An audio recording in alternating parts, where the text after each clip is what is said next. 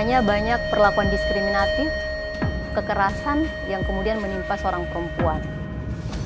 Dorang mau pukul, dorang mau bikin suka-suka, kadang bisa sampai dorang mau lecehkan. Sangat penting ya tentang kekerasan seksual, tentang edukasi seksual. Anak perlu dibekali kemampuan itu untuk menghindari resiko anak menjadi korban atau bahkan pelaku. Masalah itu mungkin bertahun-tahun, bahkan mungkin kalau anak-anak sampai mereka dewasa itu dipendam.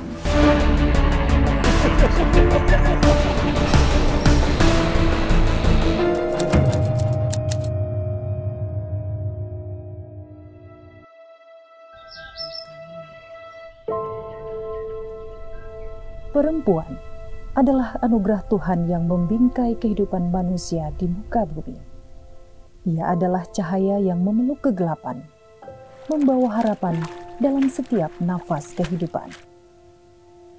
Perempuan, sosok yang penuh kelembutan, memancarkan kehangatan dalam dinginnya dunia. Namun, definisi tersebut tak selalu sepadan dengan kenyataan. Tak sedikit perempuan yang harus menahan getirnya kehidupan. Satu demi satu kisah pahit dialami kaum perempuan. Ketidakberdayaan pun memaksa mereka untuk bungkam, lalu akhirnya pasrah dan berdamai dengan takdir. Saya prihatin dan sedih. Ada banyak perempuan dan anak-anak yang mengalami kasus kekerasan, entah itu di rumah, di sekolah, di kampus, ataupun juga di ruang publik lainnya yang mungkin mereka tidak bisa melawan, tidak bisa cerita, tidak bisa curhat, dan kemudian juga mereka memendam masalah itu mungkin bertahun-tahun, bahkan mungkin kalau anak-anak sampai mereka dewasa itu dipendam.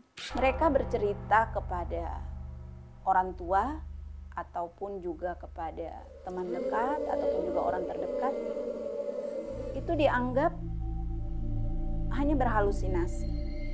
Tidak mungkin, bahkan mungkin mereka dipojokkan.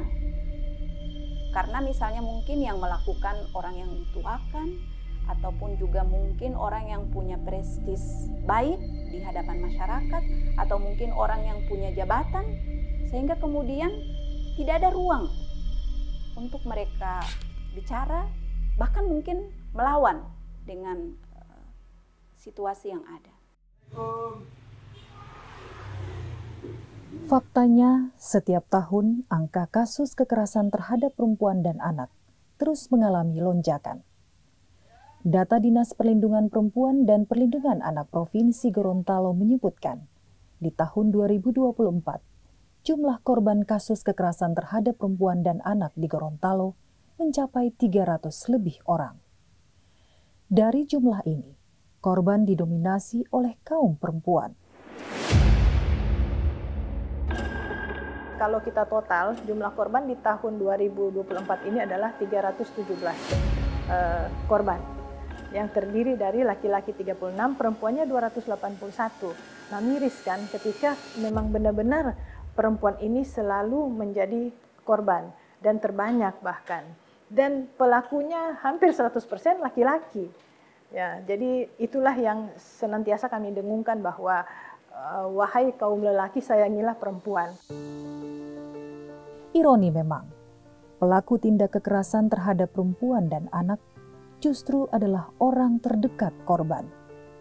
Bahkan, sebagian besar kasus terjadi di lingkungan keluarga yang seharusnya menjadi rumah yang aman bagi seorang istri dan anak. Dari 100% kekerasan terhadap perempuan dan anak, bisa dibayangkan 80% lebih adalah kekerasan seksual. Seperti itu. Kemudian yang terbanyak juga 90% adalah orang-orang terdekat. Kenapa orang terdekat? Tanda tanya, karena orang terdekat itu yang punya akses. Dia mudah untuk kemudian menjangkau korbannya. Kemudian dia tidak dicurigai oleh orang lain bahwa dialah pelakunya. Sehingga satu, ketika dia mudah, yang kedua dia tidak dicurigai, maka kejadian ini terjadi berulang-ulang.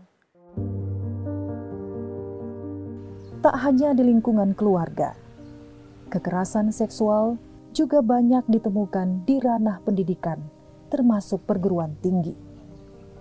Sayangnya, banyak perempuan yang menjadi korban tak mampu menyuarakan perlakuan tak bermoral yang mereka alami. Kemauan korban untuk melapor, ya. Kemauan korban untuk bercerita, kemauan korban untuk mengurai kronologis yang ada.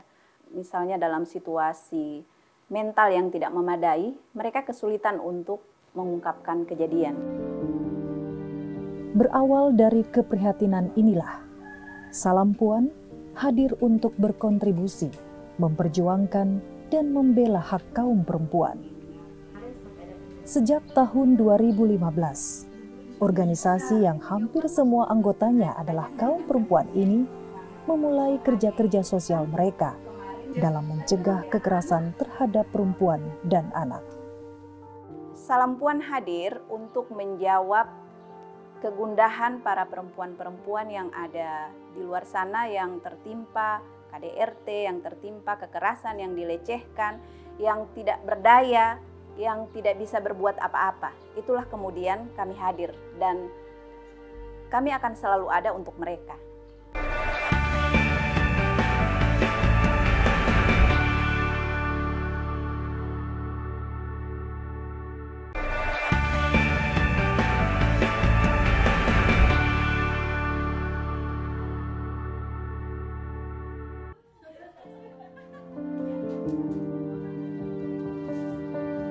Mengubah luka menjadi kekuatan dan membebaskan jiwa dari belenggu yang menyiksa menjadi sebuah panggilan bagi Salampuan. Itulah sebabnya organisasi kerelawanan ini serius mendedikasikan diri bagi kaum perempuan di Gorontalo. Sebuah keprihatinan atas maraknya kasus yang menimpa perempuan mendorong Salampuan bergerak menyingkap tabir pilu. Cara kekerasan seksual ini kayak gunung es begitu. Ada yang berani untuk speak up, ada yang berani melapor, ada yang berani mengeluh, tapi masih banyak di luaran sana yang tidak berani untuk melakukan itu. Sehingga upaya-upaya pencegahan dalam bentuk literasi, baik itu literasi kepada perempuan maupun laki-laki, itu terus kita lakukan tentang pentingnya membangun relasi setara antara perempuan dan laki-laki, antara laki-laki dan perempuan, antara yang berkuasa misalnya pimpinan dengan karyawan, dosen dengan mahasiswa, itu terus kami suarakan.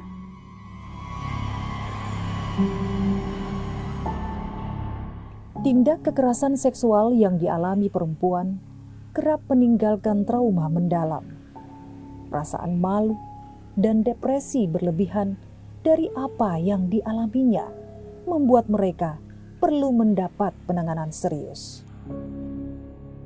Tentunya tidak hanya trauma fisik, tapi trauma psikologis juga. Jadi trauma psikis, trauma psikologis yang berdampak jangka panjang pada korban. Depresi, kecemasan, kemudian gangguan konsentrasi, gangguan tidur. Ya, jadi pasca kejadian setiap orang itu memiliki kemampuan resiliensi yang berbeda-beda untuk bertahan. Dan ini kemudian yang perlu pendampingan tidak hanya dari keluarga saja, tapi juga dari pihak-pihak lain yang turut prihatin dan terlibat pada masalah-masalah kekerasan. Korban kekerasan seksual tak boleh dibiarkan sendiri. Sebab apa yang mereka alami sangat mungkin membuat mereka tak mampu berpikir jernih hingga resiko terburuk bisa terjadi. Pendampingan adalah salah satu hal yang dibutuhkan korban. Sebab mereka butuh tempat untuk bercerita dan untuk didengarkan. Dampak psikologis itu memang tidak hanya di pasca kejadian saja, ini akan berdampak pada jangka panjang. Mungkin saat kejadian korban merasa biasa saja, walaupun tidak semua korban merasa pasti sebagai korban ada dampak, tapi secara jangka panjang kalau korban tidak memiliki kemampuan resiliensi, kemampuan untuk bangkit, terutama untuk memaafkan, kemudian kemampuan untuk menerima keadaannya secara jangka panjang akan berdampak gitu ya. Depresi yang berkepanjangan akan menyebabkan gangguan kepribadian, misalnya post traumatic disorder, kemudian gangguan-gangguan kepribadian lainnya yang tidak bisa diprediksi sekarang tapi akan terjadi kalau itu tidak ditangani sejak sekarang. Pendampingan melalui konseling secara online maupun offline dilakukan Salempuan untuk membantu korban kekerasan seksual. Dari cara inilah, biasanya para korban mengungkap apa yang mereka alami. Untuk permasalahan sendiri beragam, jadi dari kekerasan seksual, kekerasan verbal dan lain sebagainya, ke kekerasan psikis juga, kekerasan rumah tangga, gitu. Jadi variatif. Kita ada teknik, ada skill yang digunakan untuk menggali bagaimana supaya korban mau untuk terbuka dan menceritakan apa yang dialami, gitu ya. Karena gini, kadang-kadang kan ada orang yang datang yang memang sudah ingin konseling, bukan karena dia tidak tahu permasalahannya, tetapi ada juga yang bingung. Yang pasti yang dilakukan oleh konselor adalah bagaimana membangun kelekatan dan kedekatan di awal agar klien mau terbuka untuk menyampaikan apa yang dialami. Ketidaktahuan membuat tidak sedikit kaum perempuan yang terjerumus dan menjadi korban tindak kekerasan seksual. Karenanya, komunitas Salempuan berfokus memberi edukasi, menyasar berbagai kalangan, terutama pelajar dan mahasiswa. Sebab mencegah lebih baik daripada mengobati. Kita tahu bahwa mahasiswa atau pelajar ini mereka semua memegang tongkat estafet ya untuk melanjutkan pembangunan yang lebih baik tentunya. Kami merasa kami perlu bertanggung jawab atas ini dalam hal itu tadi, mengedukasi mahasiswa kami, melakukan pendampingan, membuat mereka mengerti bahwa ada hal-hal loh nak yang tidak boleh dilakukan oleh orang lain, lawan jenis misalnya. Ternyata kamu bisa speak up loh nak, itu nggak boleh loh, dan jika itu terlapor mereka bisa dihukum. Jangan sampai karena rasa malu, rasa takut membuat mahasiswa ini tidak berani untuk bicara. Padahal hal-hal tersebut selain merusak dirinya, merusak mentalnya, akan bagaimana coba ke depan bangsa kita jika ternyata masa remaja kita itu terganggu oleh hal-hal seperti itu. Karena perempuan itu berharga, maka tidak boleh dilecehkan, tidak boleh dikerasin, fisik, psikis, kayak gitu ya. Verbal, betul. Penting sekali untuk memahami hal tersebut. Kadang-kadang kan sejak beberapa tahun terakhir, organisasi Salempuan Gorontalo menemukan adanya peningkatan kasus kekerasan seksual yang dialami oleh kalangan mahasiswa, di mana pelakunya adalah oknum dosen. Itu karena relasi kuasa. Ya, relasi kuasa, takut dong ya. Ada misalnya, oh pokoknya kamu boleh kesini datang sendiri ya kalau mau bimbingan. Kamu kalau ada amit-amit ya di beberapa tempat kan malah kalau janjian harus di hotel gitu untuk bimbingan dan lain-lain ya. Semoga ini tidak terjadi di sini. Atau misalnya pola-pola pergaulan yang cuma mau colek. Karena tipe yang Mbak Anu jadi takut kayak gitu kan. Lebih ke relasi kuasa sebenarnya. Ketakutan, apalagi kalau diancam mau error ya nilainya.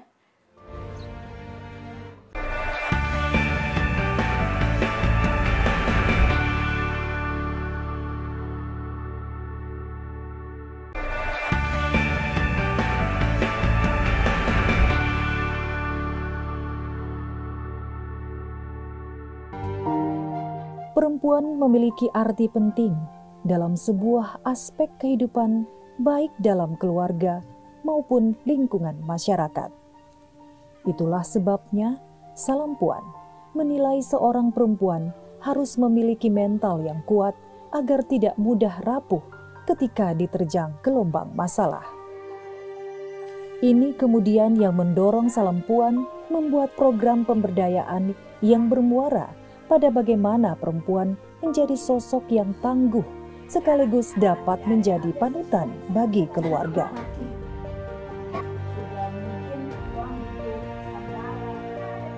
Desa Tanjung Kramat salah satunya. Kaum ibu yang tinggal di perkampungan nelayan ini kemudian diedukasi tentang bagaimana pola asuh yang baik pada anak-anak agar tidak menjadi korban tindak kekerasan. Untuk agenda ketahanan perempuan, kami punya beberapa desa binaan, antaranya Desa Tanjung Kramat. Kami punya sekolah puan secara offline di sana yang diikuti oleh ibu-ibu rumah tangga, remaja, dan yang bisa mengakses program kami. Itu ada kelasnya, jadi ada kelas kreatif, ada kelas parenting. Di kelas kreatif itu ibu-ibu belajar tentang hal-hal yang berkaitan dengan ruang domestiknya, bahkan mungkin ada pengembangan diri yang mereka lakukan. Kemudian kalau kelas parenting, ibu-ibu biasanya belajar tentang bagaimana pengasuhan kepada anak dari segala usia, bahkan juga bagaimana mereka membangun relasi dalam rumah tangga dan masyarakat, begitu. Dalam kelas parenting, aktivitas Salam Puan tak cukup berbagi pengetahuan tentang bagaimana melindungi anak dari ancaman kekerasan seksual yang setiap saat mengintai, namun juga membagikan buku dari berbagai referensi. Buku berisi ilmu parenting itu semuanya mereka adakan secara mandiri, meski harus merogoh kantong sendiri. Teman-teman ini turun tidak dibayar, ya, bahkan mungkin membiayai diri sendiri ya, jadi transportasinya dan lain sebagainya. Dengan gerak seperti itu, ada saja gitu yang ngasih rejeki gitu. Jadi ada warga yang turut berpartisipasi, mau menyediakan misalnya konsumsi, ataupun juga ini ada rumah kami bisa dipakai, ataupun juga misalnya ada lembaga pemerintah yang mau memfasilitasi, misalnya gunakan aula di kantor desa, atau misalnya di halaman mana. Jadi selebihnya sih lebih pada kerja-kerja kerelawanan. Ini adalah salah satu ikhtiar lain yang dilakukan Salam Puan untuk mengangkat derajat kaum perempuan, membekali mereka dengan keterampilan.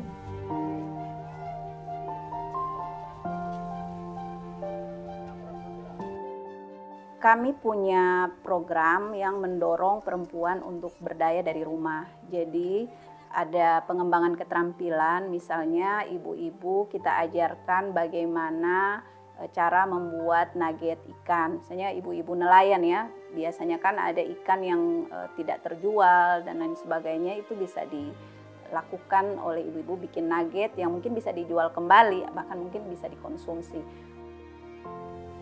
Sederhana memang, sekedar membagi ilmu keterampilan kepada kaum ibu. Tapi bagi para aktivis Salam Puan, ini adalah salah satu cara cukup efektif untuk membantu kaum perempuan agar mampu berdiri di kaki sendiri. Perempuan harus berdaya dari rumah dia sendiri, karena dengan begitu dia sudah melakukan proteksi terhadap dirinya. Perempuan tidak tahu bagaimana dia kehidupannya ke depan, apakah misalnya bisa saja ya dia diceraikan kah, ataupun ada kejadian-kejadian luar biasa dalam hidupnya. Jadi memang dia harus punya proteksi terhadap dirinya sendiri. Di antaranya itu tadi, dia berdaya secara ekonomi. Dengan tidak bergantung sepenuhnya pada kaum lelaki dari sisi penghasilan, Salam Puan optimistis akan banyak perempuan yang berani bersuara ketika mereka mengalami tindak kekerasan dalam rumah tangga. Kami percaya bahwa dengan penguatan kapasitas, perempuan-perempuan yang mandiri itu tidak takut untuk speak up ketika dia mengalami kekerasan di dalam rumahnya. Dia tahu dia harus kemana, dia harus bagaimana. Rata-rata orang yang mengalami kekerasan seksual di rumah atau kekerasan psikis, fisik dan lain-lain itu takut melapor karena habis ini saya mau kemana ya? Saya tidak punya pekerjaan, saya tidak bisa menghasilkan uang. Dengan dia mandiri keuangan, dia tahu, oh tidak boleh. Bahkan amit-amit ya, dalam tanda kutip, ketika misalnya pun kita harus berpisah, misalnya si pasangan ini, dia mandiri keuangannya, jadi dia tidak takut lagi untuk speak up ketika dia mendapatkan perilaku kekerasan tersebut.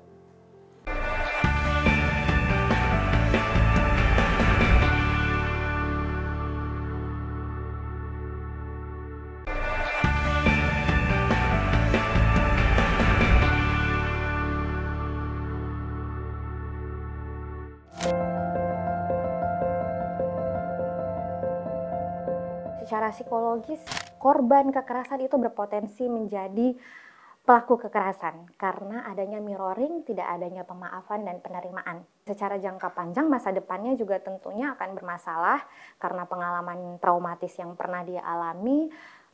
Yang paling parah misalnya penurunan fungsi otak misalnya karena kejadian terpapar kejadian traumatis secara terus-menerus pada anak. Dan tentunya yang perlu kita jaga dan sangat bahaya adalah ketika anak pernah menjadi korban kekerasan, dia berpotensi menjadi pelaku kekerasan kalau tidak adanya penanganan psikologis sejak awal.